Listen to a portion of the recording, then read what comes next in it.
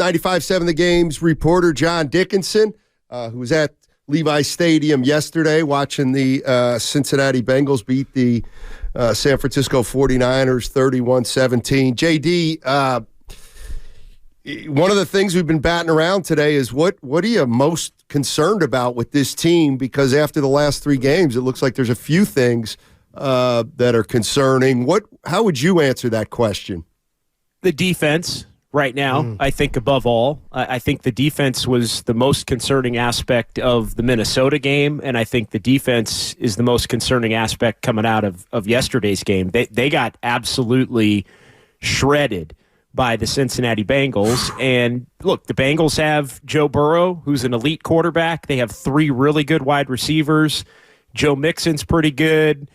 In a lot of ways, it was the worst team or one of the worst teams the 49ers could have probably faced, given everything that's been going on with them on a short week, with the Bengals having extra time to prep coming off their bye, and the 49ers almost limping. I mean, that was the big takeaway from a week ago, being in Minnesota and the aftermath of that game, is the Niners really seemed to me like they were limping toward the bye. Like they wanted the bye to be yesterday and not next week. And so I thought it was going to be really difficult for them to gather themselves to win the game yesterday. I think yesterday was probably a game, guys, that they could have been 7-0 and they probably would have lost yesterday's game. So I think as we move outward in the big picture, yesterday's game is kind of the one-off for me, although it compounds a lot of the problems that have been there the last couple of weeks. To me, it goes back to, and the Niners can't do anything about it other than lick their wounds, maybe add somebody at the trade deadline and try and perform better after their week off. But it's the Browns game now and the Minnesota game that really stick out as this team sits at 5-3 and second in the NFC West now. Forget about Philadelphia for a second and being, going to the Super Bowl and who's going to host the title game. I mean, they're now behind Seattle. They're behind Detroit. They're behind Dallas. All of these teams that I think, 2 weeks ago we wouldn't have thought that'd be possible, but they're sixth in the NFC now and only a game ahead of Minnesota, obviously, who lost Kirk Cousins, so they're probably done. But they're fighting for a playoff spot at this point as much as they're fighting to be the number one seed. JD, you couldn't have said it any better. I started the show and told Steiny, not that anybody cared, I was the guy looking at the schedule saying maybe 17-0. It's home field advantage, and now they're not even in first, just like you mentioned, in their own division. I want to be careful here because I don't have the answers about the defense. But from your experience, what's on the table, if anything, in regard to Wilks? Could somebody, if he didn't could he lose those duties if his unit if this didn't get better? Is that even an option? Or no, they just ride it out with him to the end? I think they're going to ride it out with him to the end. And this has all happened so quickly. It's really two bad games. I mean, the defense wasn't horrible in the Browns game, and the Browns were able to rush on them a little bit.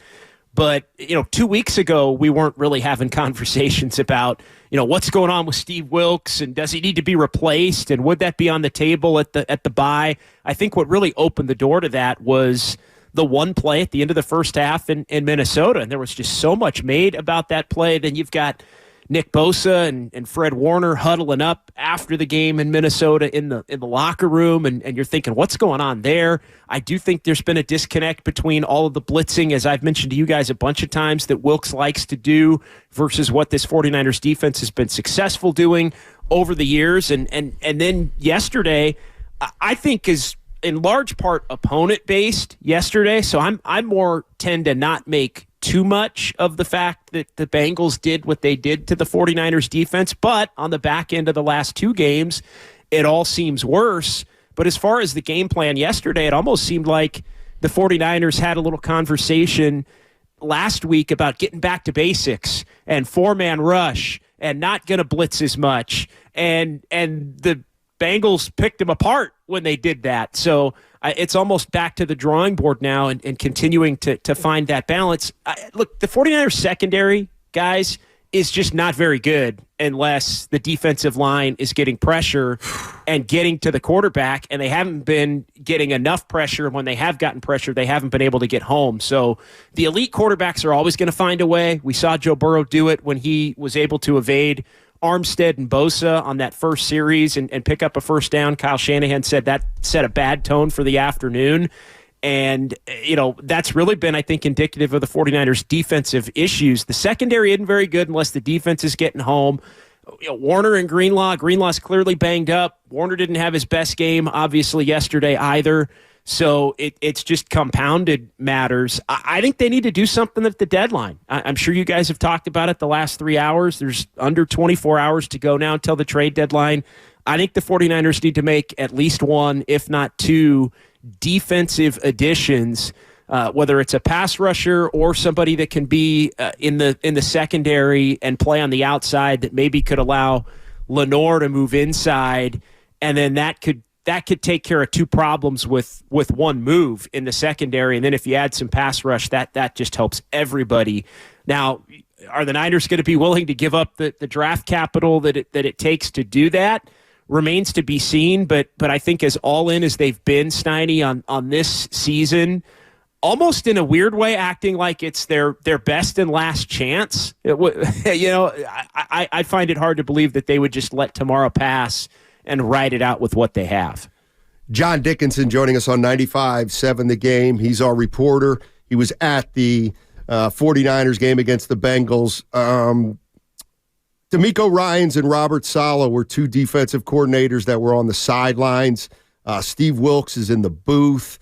I'm starting to hear some stuff about that, whether it could be more advantageous to be on the sidelines. Can you kind of characterize the positives and negatives of having a defensive coordinator on the sidelines versus one in the booth? Do you have a preference? Do coaches have a preference?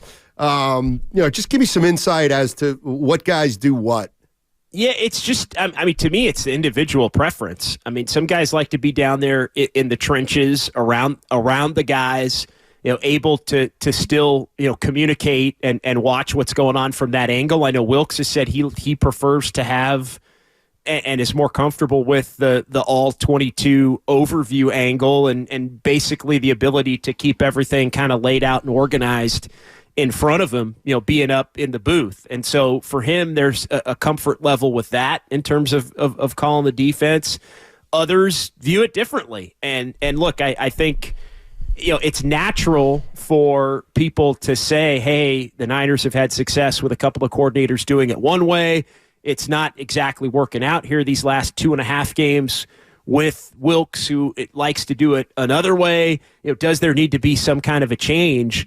But ultimately, I think that's going to be a conversation between Kyle Shanahan and Steve Wilks. And I think the onus would be on Wilks to say, I think I would be better off moving down to the field.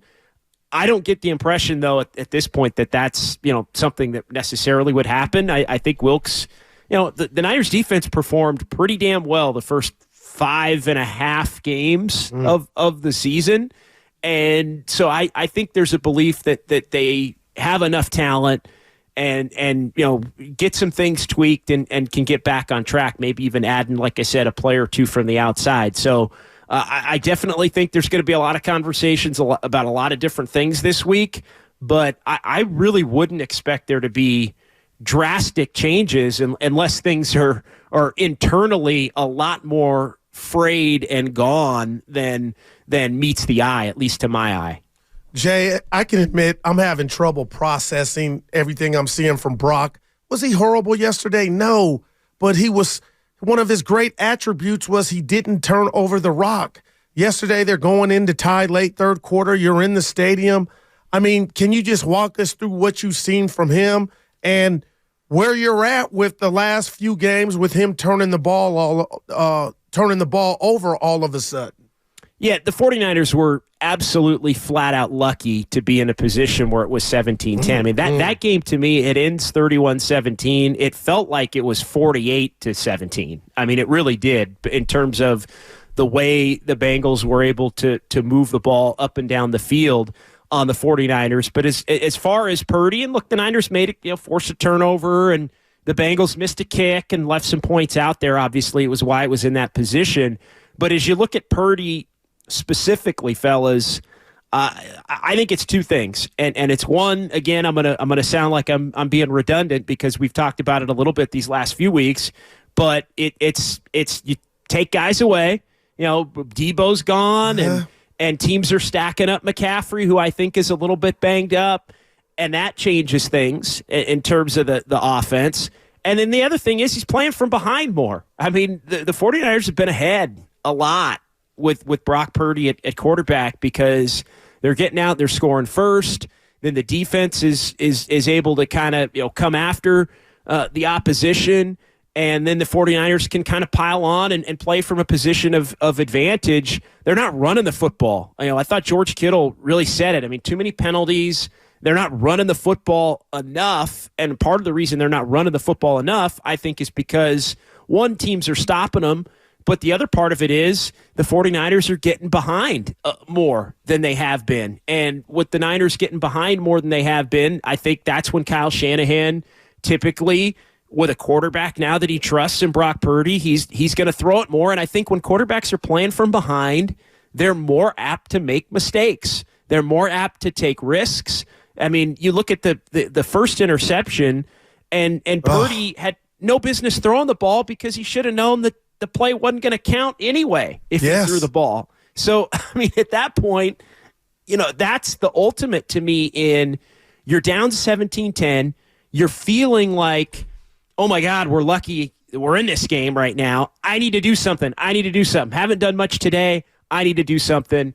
Bonehead play. Turns into an interception, and then I think the second interception, similarly, is all right. Now you're down, and you're trying to make something happen, and you don't see somebody over the middle of the field, and you throw it right to him. I mean, to me, it's the thing that happens when quarterbacks play from behind, and we just hadn't seen Purdy play from behind a lot. And it makes every quarterback, I think, more vulnerable. No, good stuff, JD. John Dickinson joining us on 95.7 The Game. Our reporter, he was at the 49er Bengal game. Let me ask you about Nick Bosa. I mean, what's going on? He's got 2.5 sacks if you go back to 11 games. If you go back to last year, I mean, what do you think's going on, JD? Yeah, it's a good one. I'm a little more perplexed on that one, guys. I mean, it just, I mean, teams are obviously going to pay a lot of attention to him. I mean, I wonder, and I mean, he said within the last week that he thought maybe that his own created layoff may have caused a little bit of an issue as far as, him being where he wanted to be at the beginning of the season, and there's been some carryover. I personally kind of cringed when I saw that. Like even if you think that's true, don't admit that because you created that. Like and I think that was, remember, if that is part of it, remember that's what we were talking about in August. We were talking about the fact that, this could have an impact. Bosa's holdout could have an impact because he may not be the player. And then every time anybody wanted to broach that, it was, oh, no, can't do that, can't say that. Bosa doesn't practice anyway. But, he'd be here, but he would be, he'd be on the sideline because the 49ers are going to keep him in bubble wrap, and none of that matters. He's so good, it doesn't matter. Well, I guess he's saying, at least he did here within the last week, that maybe he set himself up to not be, I don't know whether it's in as good a shape. I mean, the guy looks like he's in pretty great shape, but whether it's a timing issue or whatever it is, but it just seems a lot of the power rush moves for him have just not worked as successfully as they have in other times. And I also think there has been pressure, but he and the rest of the defensive line just haven't been able to actually get the sacks. I mean, I go back to that 3rd and 10 right off the shoot. I mean, Armstead and Bosa both. I mean, when you get the guy, you gotta get him on the ground. And the 49ers haven't been able to do that. They've missed those opportunities. I mean, how different is yesterday if the 49ers sack Burrow just on that on that first possession and they don't go down and score a touchdown. I mean, I think you could make a case maybe the Niners are ahead in the third quarter, which would have been stunning considering the way that you look at how the rest of the game played out. JD, if I could piggyback real quick here, and if Oliver catches that interception that Burrow threw early on that first drive that hit the ground. Jay, we did shows. I looked at you. I know your facial expression, and I said to you, because I was drunk on the Niner offense and their weaponry, I was like, Jay, maybe they don't even need Debo. He could possibly be the odd man out. And I was drunk on the offense looking great. But why do you think Purdy misses Debo so much? Because I can't ignore the fact that this kind of started the problems when he left in Cleveland. Yeah, it started with Debo being out and McCaffrey both being out in that game. And I still think McCaffrey isn't 100%. Now, he's the last person that would want to say that or anything. He just doesn't seem like he has quite the burst that he had earlier on.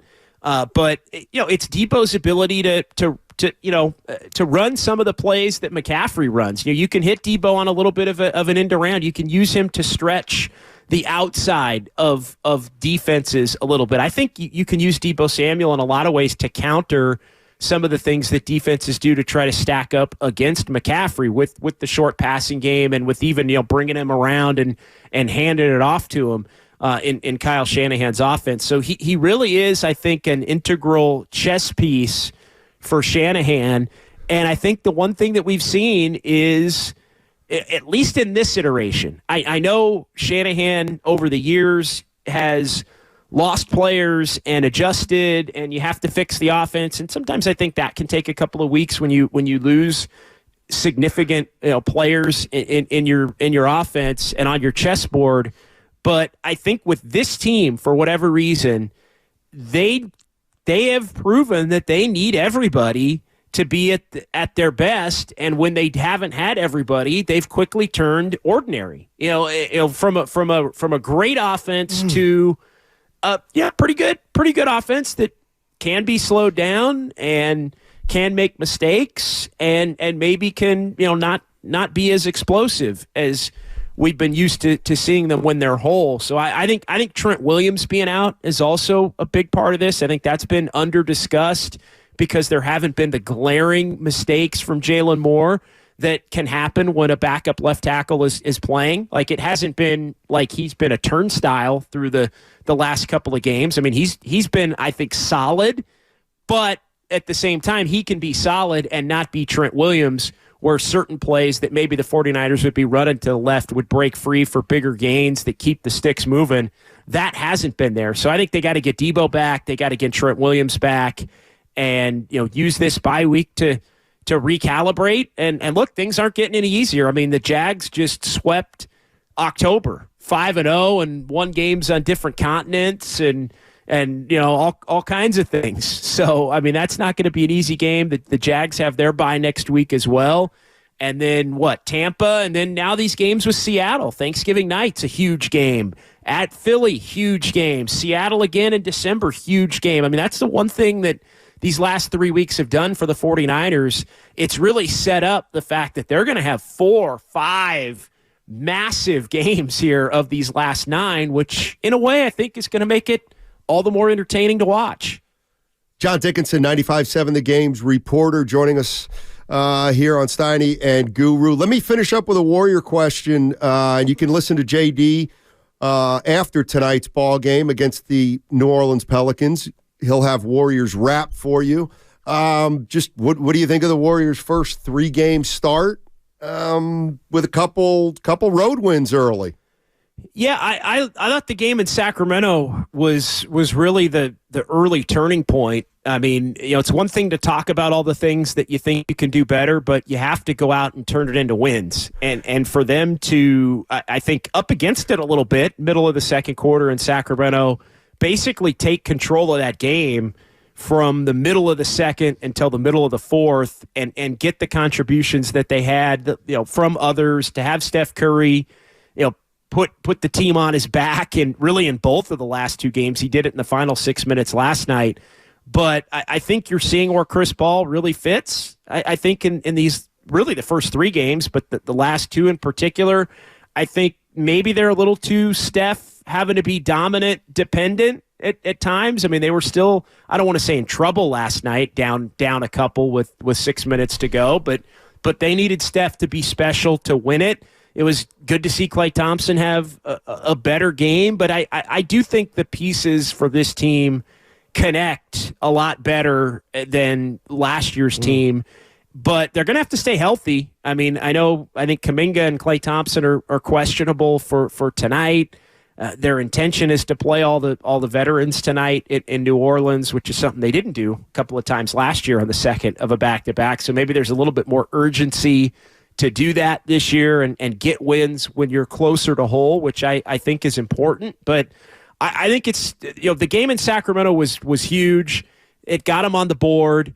Then they go to Houston. That's a game I think everybody would say they should win. And now we'll see where they're at in the first of the back-to-back after that. But to me, the road wins, I know Steve Kerr downplayed it after the game in Sacramento, and I was on hand at Golden One Center. He said, last year, not worried about road wins. This group's won a lot of road games. I completely disagreed with him. I thought the game Friday night was huge to get one. Now you've got 2.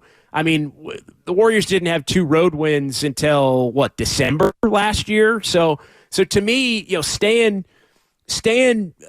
ahead of 500 and winning games that you're supposed to win is going to be really important for this team this year. And, so far so good, but they're going to have to stay healthy, which I still think is long-term probably a bigger question mark. All right, JD, appreciate it, man. And we'll talk to you next week. All right, you got it, fellas. All right,